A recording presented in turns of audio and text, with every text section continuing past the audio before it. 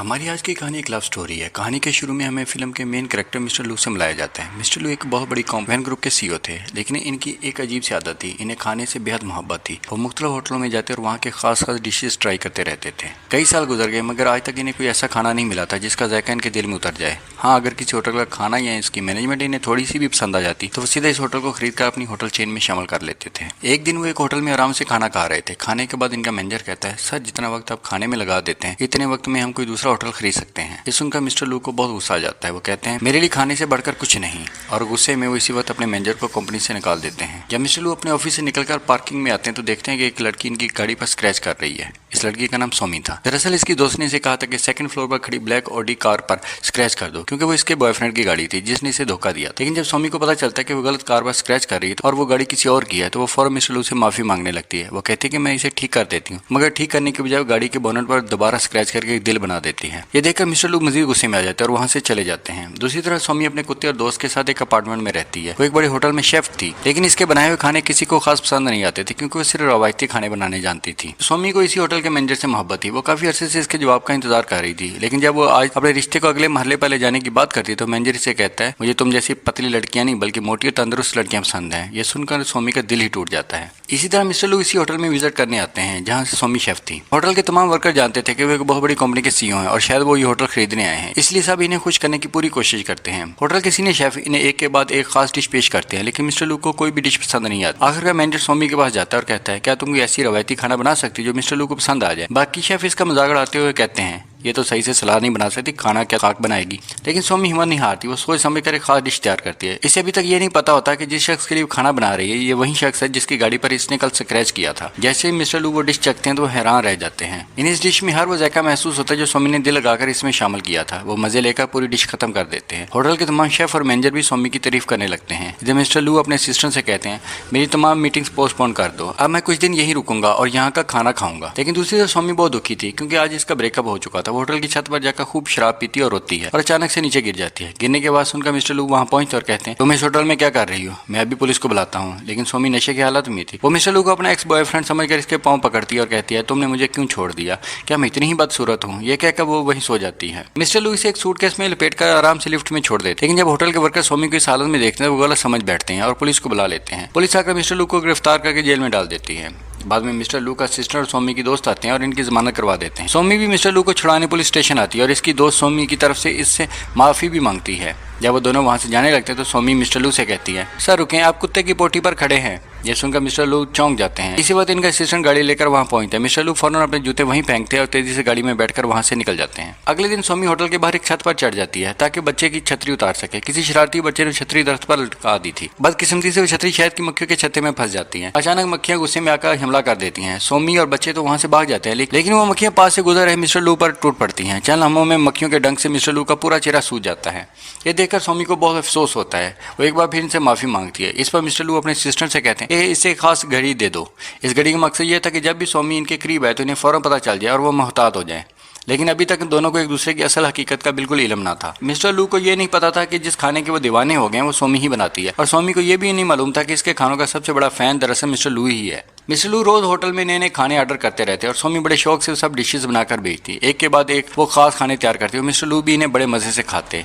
एक दिन होटल का साहब का मैनेजर दोबारा सोमी के पास आता और कहता है, अब मुझे मोटी लड़कियां पसंद नहीं, मैं जिम जाना शुरू हो गया, देखो मेरा जिस्म कितना फिट हो गया है। फिर वो बदतमीजी से कहता है, क्यों ना आज रात तुम मेरे घर चलो, खूब इंजॉय करेंगे। ये सुनकर सोमी को बहुत गुस्सा आता है और वो इसे बुरा भला कहकर वहां से चली जाती है। रात को घर जाकर सोमी अपने दोस्त को बताती है कि आजकल इसे बहुत ज्यादा काम करना पड़ रहा है, क्योंकि होटल का नया मालिक आने वाला है। वो चाहती है कि अपने खानों से इसे मुतासर करे ताकि वो इसे सीनियर शेफ बना दे। अगले दिन कुछ रिपोर्टर मिस्टर लू का इंटरव्यू लेने होटल आते हैं। तब सोमी को पता चलता है कि जिस आदमी को बार बार मुश्किल में डाल रही थी वही वैन ग्रुप का सीईओ है जो इस होटल को खरीदने वाला है। ये जानकर सोमी शरारत में मिस्टर लू के खाने में बहुत ज्यादा मिर्च मसाला डाल देती है। जैसे मिस्टर लू को खाना खाते थे इसकी आंखों से पानी निकलने लगता है। लेकिन हैरत की बात यह है कि इन्हें इनका जायका फिर भी बहुत पसंद आता है और रुके बगैर खाना खाते ही जाते हैं। आखिर में सोमी अपनी तरफ से खास डेजर्ट भेजती है जो इसने मिस्टर लू की पसंदीदा जायकों को मिलाकर बनाया था। मिस्टर लू को वो भी बहुत पसंद आता है। डेजर्ट खाने के बाद मिस्टर लू इस शेफ से मिलने के लिए बेताब हो जाते हैं जिसने इतना लजीज खाना बनाया था। लेकिन सोमी इनके सामने आने से इनकार कर देती है। फिर मिस्टर लू खुद इसे ढूंढने किचन में पहुंच जाती, मगर सोमी डर के मारे वहां से भाग जाती है। इसे खौफ था कि अगर मिस्टर लू ने इसे पहचान लिया तो शायद इसे नौकरी से निकाल देंगे। कुछ देर बाद मिस्टर लू वॉशरूम जाते हैं। वहां इन्हें टॉयलेट के पास एक चम्मच गिरता हुआ नजर आता है। कोई इसे उठा लेता है। मिस्टर लू को शक होता है, इसलिए वो दरवाजा बंद करके वहां छुप जाते हैं। थोड़ी देर बाद जब सोमी वहां से चुपके से निकलने लगती तो मिस्टर लू इसे पकड़ लेते और कहते हैं, तुम मेरा पीछा करते करते यहाँ तक आ गई और मुझे पता भी नहीं चला। तुम्हारी घड़ी क्यों बंद है? सोमी जवाब देती है, शायद इसकी बैटरी खत्म हो गई है। इसी दौरान एक आदमी वहां आ जाता है और सोमी मौका पाकर वहां से भाग जाती है। लेकिन मिस्टर लू इसके शेफ वाले कपड़े देखकर समझ जाते हैं कि यही वो लड़के जो अब तक इनके लिए मजेदार खाने बना रही थी। अगले दिन सोमी काम पर आती है तो मिस्टर लू इससे मिलने आ जाते हैं और पूछते हैं, अब तक जो कुछ भी तुमने मेरे साथ किया क्या वो सब इत्तेफाक था या जानबूझकर? सोमी बड़े मासूम सा चेहरा बनाकर कहते, मैंने कुछ भी जानबूझकर नहीं किया। ये सुनकर मिस्टर लू इसे केक बनाने को कहते हैं और वहां से चले जाते हैं। बाद में जब मिस्टर लू आराम से बैठे होते हैं तो इनके वालिद का फोन आता है और वो कहते हैं, तुम अभी तक वहां क्या कर रहे हो? जल्दी से ये डील खत्म करो, अगले होटल के लिए निकल जाओ। ये सुनकर मिस्टर लू उदास हो जाते हैं क्योंकि अब इन्हें सोमी के हाथों के खाने की आदत हो चुकी थी। अगले रोज वो रिसेप्शन पर फोन करके सोमी से खाना बनाने को कहते हैं, लेकिन इन्हें पता चलता है कि आज तो वो छुट्टी पर है। मिस्टर लू खुद ग्रोसरी का सामान लेकर सोमी के घर पहुंच जाते हैं। जब वो दरवाजा खटखटाते हैं तो सोमी दरवाजा खोलते हैं। मिस्टर लू अंदर जाते हैं तो देखते हैं कि इसके पूरे फ्लैट की हालत बहुत खराब है। हर चीज इधर उधर बिखरी पड़ी है। वहीं इन्हें सोमी का कुत्ता भी नजर आता है। मिस्टर लू सोफे से कपड़े हटाकर वहीं पर बैठ जाते हैं। फिर वो टेबल के ऊपर पड़ी कुछ किताबें उठाकर मेज के नीचे रख देते हैं ताकि मेज थोड़ी ऊंची हो जाए और आराम से बैठकर खाना खा सके। उधर सोमी पूरे दिल से खाना तैयार करती है, इसे मिस्टर लू के सामने पेश करती है। जब वो खुद भी खाने के लिए बैठती है तो मिस्टर लू कहते हैं, मैं खाना हमेशा अकेले खाता हूँ, तुम यहाँ से चली जाओ। यह सुनकर सोमी अपना खाना लेकर किचन में चली जाती है। थोड़ी देर बाद वो पूछती है, क्या तुम अपने दोस्तों और घर वालों के साथ भी खाने के लिए नहीं बैठते? मिस्टर लू जवाब देते हैं, जैसे तुम्हारे लिए अकेले नहाना एक पर्सनल चीज है वैसे ही मेरे लिए खाना खाना भी पर्सनल है। कुछ देर बाद जब सोमी अपना खाना खत्म करके बाहर आती है तो देखती है कि मिस्टर लू सोफे पर ही सो चुके हैं। अगली सुबह जब मिस्टर लू की आंख खुलती है तो इन्हें एहसास होता है कि वो रात को वहीं सो गए थे। वो सोमी को ढूंढते हुए इसके कमरे में जाते हैं और देखते हैं कि वो अभी तक सो रही है। इसके बाद तो मिस्टर लू का मामूल बन जाता है। हर रोज मिस्टर लू ग्रोसरी का सामान लेकर सोमी के घर आते, वो खाना बनाती, मिस्टर लू मजे से खाते और फिर वहीं सो जाते। कई दिन इसी तरह गुजर जाते हैं। सोमी हर रोज इनके लिए नए नए डिशेस बनाते और मिस्टर लू शौक से खाते। इसी तरह मिस्टर लू का असिस्टेंट सोमी की दोस्त को डेट करना शुरू कर देता है। एक दिन जब मिस्टर लू सोमी के घर बैठे होते तो अचानक बहुत तेज बारिश शुरू हो जाती है। सोमी के घर की छत से पानी टपकने लगता है, इसलिए वो दोनों छतरी लगाकर बैठ जाते हैं। इसी अजीब सी सूरत हाल में भी वो दोनों हंसते हैं और एक दूसरे के साथ वक्त गुजारकर खूब इंजॉय करते हैं। लेकिन अगले दिन अचानक मिस्टर लू ना तो सोमी के घर आते और ना ही होटल में नजर आते हैं। परेशान होकर सोमी अपने दोस्त के साथ मिस्टर लू के घर पहुंच। वहां मिस्टर लू का असिस्टेंट इन्हें अंदर तो आने देता है, लेकिन सोमी को मिस्टर लू से मिलने से रोकने की कोशिश करता है। सोमी फिर भी जबरदस्ती अंदर चली जाती है। वहां जाकर वो देखती है कि एक लड़की मिस्टर लू को खाना सर्व कर रही है। सोमी हैरान होकर पूछती है, ये कौन है? ये मेरी पर्सनल शेफ लिंक है। लिंक बताती है, मैं 7 साल से मिस्टर लू की पर्सनल शेफ हूँ। फिर मिस्टर लू सोमी से कहते हैं, ये छुट्टी पर थी इसलिए मैं तुम्हारे पास खाना खाने आ रहा था। यह सुनकर सोमी को बहुत गुस्सा आता है और वहां से चली जाती है। बाद में जब सोमी होटल के किचन में काम कर रही होती है तो लिंक वहां आती है और कहती है, तुम ये काम कब से कर रही हो? सोमी जवाब देती, 5 साल से। लिंक हल्का सा मुस्कुरा कर कहती है, लेकिन अभी तुम मेरे सामने बिल्कुल नहीं लगती हो। फिर वो कहती है, मिस्टर लू को तुम्हारा खाना भी पसंद है इसलिए तुम्हें मेरे साथ काम करना चाहिए। हफ्ते में 5 दिन मैं इनके लिए खाना बनाऊंगी और 2 दिन तुम बनाओगी। यह कहकर मिस्टर लू के पसंदीदा खानों की लंबी लिस्ट सोमी को देती है और चली जाती है। लेकिन सोमी गुस्से में वो लिस्ट फाड़ देती है क्योंकि वो नहीं चाहती कि इसके अलावा कोई और मिस्टर लू के लिए खाना बनाए। अगले दिन जब सोमी काम पर आती तो होटल का सीनियर शेफ इस सबको इकट्ठा करके कहता है, अब तुम सब लोग खाना बनाना बंद कर दो। इस होटल को वैन ग्रुप ने खरीद लिया है और इन्हें हमसे बेहतर शेफ चाहिए, इसलिए हम सबको नौकरी से निकाल दिया गया है। इसी वक्त मिस्टर लू वहां आ जाते हैं। सोमी अपना सामान लेने स्टाफ रूम में जाती है। मिस्टर लू भी इसके पीछे आते हैं। सोमी पूछती है कि तुम वाकई सबको नौकरी से निकाल दिया? मिस्टर लू जवाब देते हैं, हाँ, क्योंकि मैं इस जगह को एक इंटरनेशनल स्टैंडर्ड होटल बनाना चाहता हूँ, लेकिन मैं तुम्हें अपना बिजनेस शेफ बनाना चाहता हूँ। सोमी गुस्से में कहती है, तुम तो 2 डिशेज एक साथ नहीं खा सकते, तुम्हें हम दोनों में से किसी एक को चुनना होगा। क्या हम सब तुम्हारे नए होटल के लिए काम नहीं कर सकते?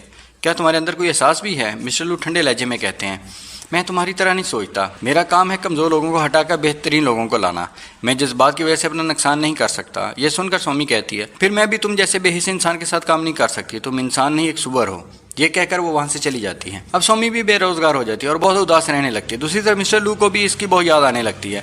कुछ दिन बाद मिस्टर लू कारोबार के सिलसिले में यूके चले जाते हैं। जब सोमी को ये बात पता चलती है तो वो अपनी दोस्त के सामने बहुत रोती है और कहती है, मैंने इनके साथ बहुत बदतमीजी, लेकिन वो मुझे बहुत पसंद थे। काश मैं इन्हें बता पाती मैं इन्हें कितना पसंद करती हूँ। मैं इनके बारे में सोच सोच कर पागल हो रही हूँ। और दूसरी तरफ मिस्टर लू भी दूर रहकर सोमी को बहुत याद करने लगते हैं। लिंक हर रोज मिस्टर लू के लिए खाना लेकर आती, मगर एक अजीब सी बात हो रही। पहले जब मिस्टर लू खाने पर टूट पड़ते थे, अब वो चुपचाप और उदास बैठे रहते थे। लिंक इन्हें खाना खाने को कहकर वहां से चली जाती, मगर मिस्टर लू का दिल अब खाने में भी नहीं लग रहा था। अगले दिन मिस्टर लू अपने वाला से मिलते तो वो पूछते हैं, शंघाई में तुम्हारे साथ क्या हुआ था? मैंने तुम्हें कितनी बार कहा है कि काम को दिल तक मत पहुंचने दिया करो। यह सुनकर मिस्टर लू कुछ देर खामोश रहते और फिर कहते हैं, पापा कितने दिन हो गए हैं हम दोनों ने एक साथ बैठकर खाना नहीं खाया, आइए इकट्ठे नाश्ता करते हैं। जब दोनों बाप बेटा एक साथ बैठकर खाना खा रहे थे तो मिस्टर लू अचानक अपने वाला से पूछते हैं, क्या आपने कभी किसी से सच्चा प्यार किया है? इनके वालिद मुस्कुरा कर कहते हैं, हाँ सबसे ज़्यादा प्यार मैंने तुम्हारी माँ से किया था और अब सबसे ज़्यादा प्यार तुमसे करता हूँ। ये सुनकर मिस्टर लू के दिल में सब कुछ बदल गया। वो फ़ौरन अपने सिस्टर को फ़ोन कर कहते हैं, हम न्यूयॉर्क जाने से पहले शंघाई वापस जाएंगे। इधर दूसरी तरफ सोमी अब बेरोजगार हो चुकी थी। वो अपने कुत्ते के साथ सड़कों पर भटक रही थी। पैसों की कमी की वजह से वो मिस्टर लू की दी हुई घड़ी बेचने के लिए मार्केट जाती है, लेकिन जैसे ही वो घड़ी बेचने लगती है तो घड़ी पर रिंग होती है। इसे सामने मिस्टर लू की गाड़ी नजर आती है। मिस्टर लू को देखते ही सोमी घबरा कर टैक्सी में बैठकर वहां से भाग जाती है। वो एक सब्जी मार्केट में छुप जाती है, लेकिन मिस्टर लू भी इसे ढूंढते हुए वहां पहुंच जाते हैं। वहां इन्हें सोमी का कुत्ता नजर आ जाता है। मिस्टर लू इस कुत्ते से कहते हैं, अगर तुम मुझे सोमी तक ले जाओ तो मैं तुम्हें अच्छा खाना खिलाऊंगा। जैसे ही कुत्ता आगे बढ़ता है, मिस्टर लू उसके पीछे चल पड़ते हैं और आखिरकार वो इन्हें सोमी तक ले जाते हैं। सोमी खुद को एक शीशे के कमरे में बंद कर लेती है। मिस्टर लू दरवाजे के बाहर खड़े होकर कहते हैं, दरवाज़ा खोलो, मुझे तुमसे ज़रूरी बात करनी है। लेकिन सोमी गुस्से में कहती है, मैं दरवाज़ा नहीं खोलूँगी, मैं तुमसे नफरत करती हूँ, तुम अपनी पर्सनल शेफ़ के पास जाओ, मैं तुम्हारे लिए कभी खाना नहीं बनाऊंगी। यह सुनकर मिस्टर लू नरम लहजे में कहते हैं, तुम मेरे लिए सिर्फ एक शेफ़ नहीं बल्कि बहुत खास हो, मुझे वाकई तुम बहुत पसंद हो, प्लीज़ दरवाज़ा खोलो। यह सुनकर सोमी थोड़ा सा शरारती अंदाज में कहती है, पहले मुझे ये बताओ क्या मैं दुनिया की सबसे खूबसूरत लड़की हूँ, तभी दरवाज़ा खोलूँगी। मिस्टर लू मुस्कुरा कर कहते हैं, हाँ तुम ही दुनिया की सबसे खूबसूरत लड़की हो। यह सुनकर सोमी खुश हो जाती है और दरवाज़ा खोल देती है। इसके बाद मिस्टर लू सोमी को इसके फ्लैट के पास वाली बिल्डिंग की छत पर ले जाते हैं। वहाँ बैठकर दोनों डूबते हुए सूरज को देखते हैं, क्योंकि सोमी को वहाँ से सनसेट देखना बहुत पसंद था। इसी खूबसूरत लम्हे में दोनों अपने दिल की बात एक दूसरे को बताते हैं और यहीं पर हमारी आज की खूबसूरत कहानी का अख्ताम हो जाता है। दोस्तों, आपको आज की कहानी कैसी लगी? उम्मीद है कि आपको आज की कहानी पसंद आई होगी। मज़ीद अच्छी कहानी के लिए हमारे चैनल को सब्सक्राइब करें और बेल आइकन को ज़रूर दबाएँ।